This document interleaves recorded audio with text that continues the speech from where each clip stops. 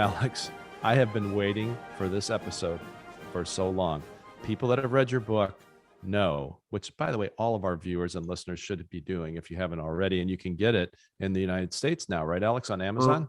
That's right, Brian. Finally available in the US. It was held back for a promotion for Father's Day. So it got released in the run-up to Father's Day. Finally, you can get Lessons from History in all good bookshops and online retailers, one of the larger ones. And of course, there are many available. One of the most prominent has now finally released it. And that's been a source of great happiness for me and my American readers. And for all of our American viewers who've been frustrated, go buy it. If for no other reason, you can double check us on the stories we're telling. And that'll be fun because occasionally we do need to be corrected. Am I right? You are, especially when we've had a few halfway through a story. Yeah, that Fair. is true. Okay, look, I said I've been looking forward to this. So part of the tagline of our show, as our viewers know, is things that are implausible but actually happened. And this has to top the list of the most implausible things that ever happened. If I had in my screenwriting hat written this story and taken it to a studio and called it the Sea Wolves, there's no chance they buy it if it hadn't actually happened. So, Alex, tell us about the Calcutta Lighthorse. I'd be delighted. This is one of my favorite stories from the Second World War, and it's, as you imply, one of the most unlikely. Portugal's neutrality in the Second World War was very important to Britain and indeed to the United States.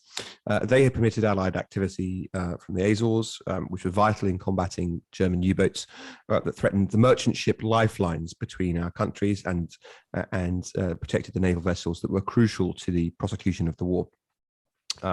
Without the use of the base on the Azores that the Portuguese permitted the British to use, the mid-Atlantic gap, which was between air cover offered to the convoys and on either side, that mid-Atlantic gap would have been much, much larger. And that gap was the happy hunting ground for, U-boats. Anyone who wants to understand the importance of that gap in World War II and future history, and also what it was like to run that gap as a merchant, should check out the film with American treasure Tom Hanks that is running on HBO Max, the name of which I cannot remember, but I will Greyhound at the end. Greyhound, yes. Yeah, it's extremely good. That? Yeah, yeah, it's extremely good. And it makes the point, right, that that had to be protected. Correct, and the Azores didn't completely close the gap, but it just made it a lot smaller.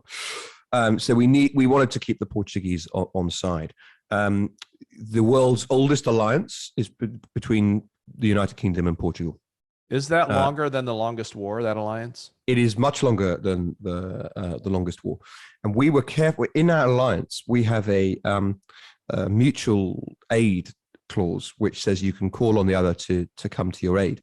The United Kingdom never invoked that, because they didn't want to force the Portuguese to have to choose between the alliance and their neutral status. The Portuguese traded on conspicuously favorable terms with the UK and remained neutral. But there was a problem. In 1942, our Special Operations Executive, SOE, realized that... Sorry, let me just say for our American viewers, that would be the equivalent of the Office of Strategic Services, the OSS, in our World War II operations, which became the Central Intelligence Agency, which was my career home for many years. That's right, and indeed well known to me because OSS is the organization that the hero in Wolfenstein 3D plays a part. A game in which our hero kills many Nazis, but was banned in Germany because it has the swastika in it. Rather difficult to, and to be fair, some songs that were banned in Germany as well. Anyway, 1942, SOE discovers there are coded messages that are being sent to the U-boats in the Indian Ocean, describing with precision where Allied shipping was going to be. And that allowed the sinking of huge numbers of Allied ships. Portugal's overseas possessions included Goa in India. By the way, that was the last colonial possession, I think, in India to be given up, technically by force, because the Indians had to march in with an army to do it. Actually, I don't think it was shots fired, but the Portuguese never gave it up voluntarily. Anyway, a Gestapo spy was identified in the port at Goa, and undercover SOE sent men into Goa, which was pretty risky, to kidnap him. When they found him, he was there with his wife, who was unexpectedly at home on that day. So they kidnapped her too. Oh boy. So they seize these two people, they take them back over the border. That British action was unquestionably an infringement of Portuguese neutrality, a great ally's neutrality, just as the spies' presence was a violation of their neutrality in the first place from the Germans. But snatching a spy is one thing, manageable, concealable. The challenge that arose from the intelligence that the British got as a result of that operation was different and a rather larger problem. If you think about India, Goa is on the west coast of India. It was home to a very large and important harbour, Mormargo. And when war was declared, merchant ships from the Axis powers had taken refuge there. They were interned. If you think about India, Goa is on the west side. And when war was, and there's an important harbour in Goa called Mormargo, and when the Second World War was declared, merchant ships from the Axis powers were interned there. They took refuge there. And for some time, that didn't matter at all, Brian. So what? Yeah. But now what we revealed as a result of the kidnap and so forth was that these ships were the location, were the base being used to transmit the codes. Now, that's not a pair of Gestapo spies that you can snatch out of their house. Right. This is well-crewed, rather conspicuously well-defended for ships in neutral harbours. Vessels... And was having serious consequences to the war effort. Enormously serious. Yeah. And they're more than a neutral harbour. So what to do?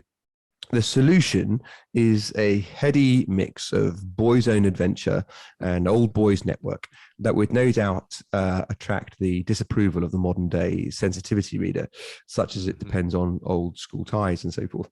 The SOE leading officer in the case happened to know, because they were drinking buddies, of some old buffers who were 1,400 miles away from Goa in Calcutta. Tell our North American viewers, what is a buffer? There's an old chap. It's an old boy. So we would say like hanging out at the country club, drinking gin and tonics, playing polo. Exactly that sort of chap. And these chaps were in a group called the Calcutta Lighthorse, which had been a reserve unit since the Boer War. This is, so it wasn't exactly frontline stuff. There was a second subsidiary Scottish unit that was affiliated with them, but for the sake of ease, we'll call them the Calcutta Lighthorse. And like other units that were, inverted commas, on reserve in the old British Raj, by this point, it was just a genteel club for rotund chaps in their middle age and older, who nowadays in my country, tell me if this exists in yours, in my country they'd be called gammons, because white men of a certain age who go puce as they're expressing their opinions. It's a porcine reference, yeah. We don't have that exact thing, but it's actually it's also a political thing. It's used by people stupidly on the left, and I think it reflects badly of the person using it as a pejorative about someone's color. But anyway, we don't really have that. We have a lot of bad stuff here, but not that. Well, you're blessed. So yes, these chaps had largely seen service, but that was long ago. Right. The First World War being the most recent.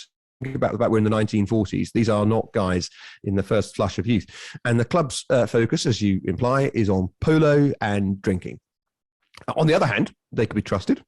They were keen to do their bit in the war, and they were plausibly deniable, because they were not active military, and who would possibly believe them to be some sort of assault team? By the way, Alex, they also would have been, well, there was no Geneva Convention at the time, but now they would have been considered illegal enemy combatants and not protected by the convention. So they were taking a huge risk. And also it was the Nazis, so who cared what the law said? Yeah, well, correct. So following the call to help the war effort from this SOE guy, so he said, I want you to help, can't tell you what it is. The problem they had was turning away volunteers, because every single one of the Lighthorse volunteered. And all of these people were between your age and mine, right? Or even older. Oh, you're kidding. No one as young as me. These are, 50s to 70s. Probably, 50s right? is the earliest. Yeah. And so the plan is in three parts. First, some of them cross the entirety of India by rail. Northeast to southwest, entirely, this is enormous, or on various pretty flimsy business pretexts. Second, they got an old barge that was meant for river work, and they were going to sail that all the way around India. That's two oceans, yeah? It's crazy, where they would meet up with the men and then head up to Goa midway up the west coast. Third, one of their number would go on to Goa and put on a party that would truly set the town alight. Every sailor in town would be told, a generous old nautical soul has decided to put on free booze and free prostitutes for all the seamen in town that night. That would, the British thought, that would get most of these sailors off the boats.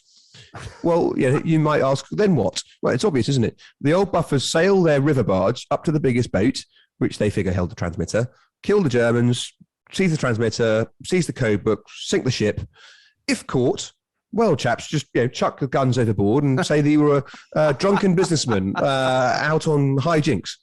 An alibi that they supported by pouring whiskey over themselves before going on the mission. That is something we would definitely do if we were in that situation. Yeah, that's right. Yes, some version of it. But there would be whiskey involved. Each aspect of that plan is plainly preposterous. It all worked. The boat was sunk. And actually, the crew, realizing they were under attack, did what they'd been trained to do and scuttled the ship. The transmitter was seized, albeit the Germans had successfully burnt the code books. But otherwise, transmitter seized, boat sunk. The other German boats, fearing it was a much larger Allied operation than in fact it was, they scuttled themselves as well.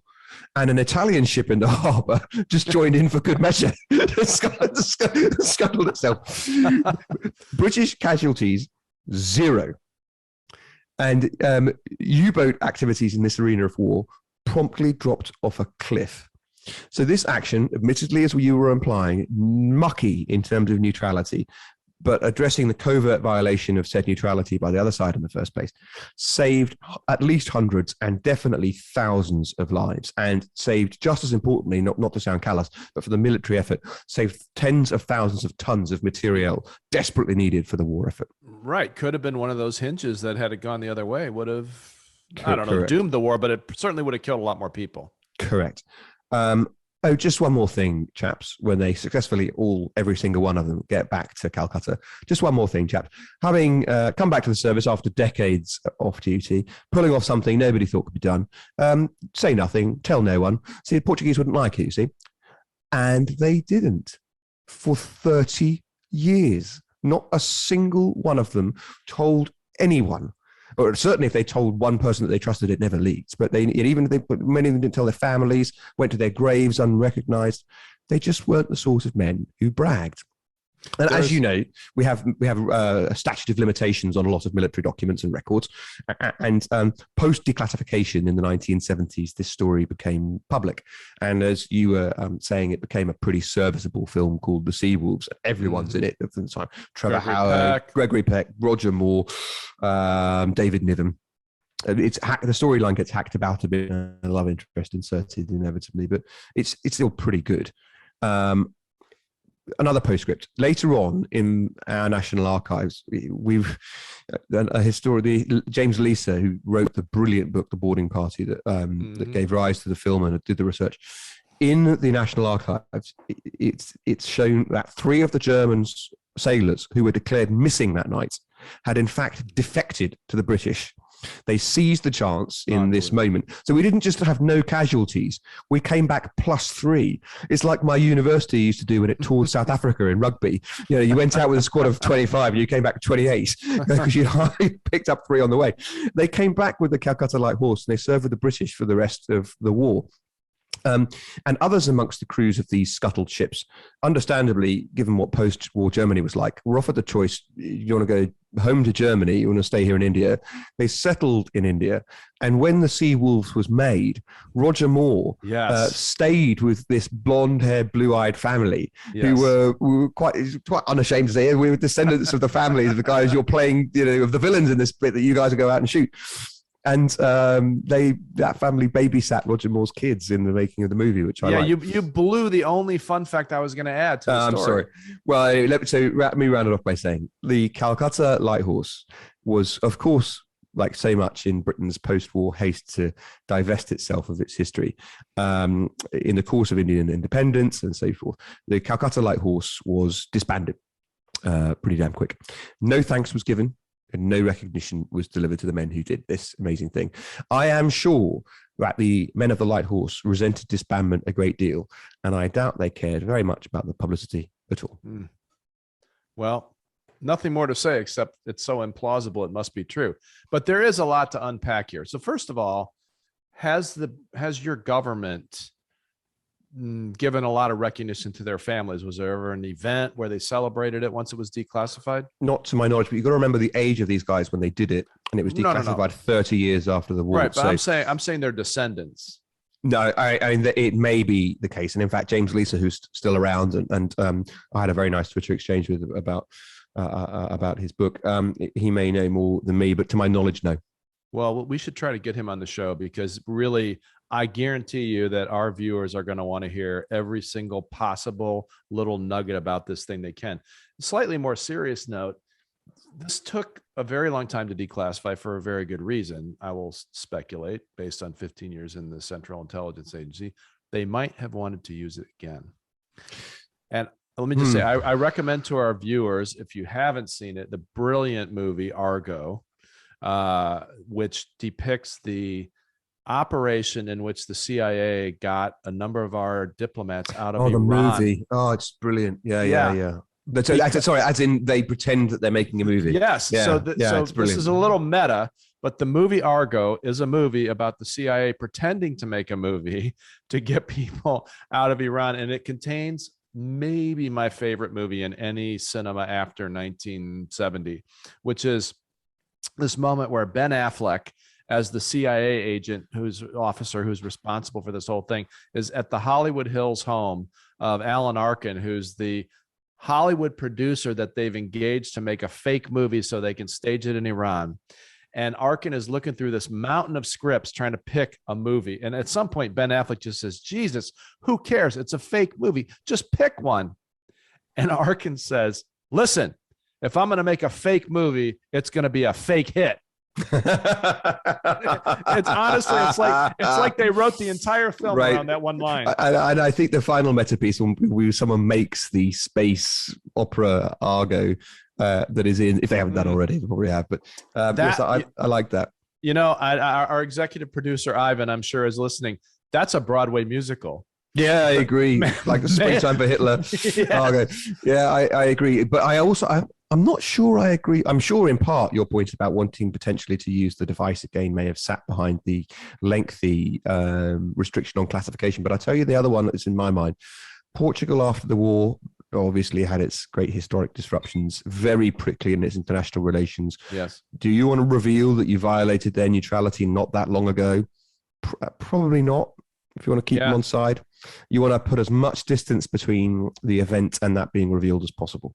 Well, I'm sure a lot of our listeners by now know that my relationship with you is in part based on your founding of Big Brother Watch. So I wonder, you must have mixed feelings about government secrecy about operations like this, yeah?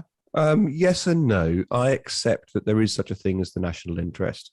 I think it's invoked far too frequently. I think it's invoked for the wrong reasons. And I think it's invoked all too often to preserve or protect people from embarrassments or from fear of the revealing of incompetence rather than for good reasons. But in this example, I mean, I don't know of any civil libertarian who believes that there should be no wartime secrecy, such that you should broadcast your battle plans so that the enemy hears. But no. Right.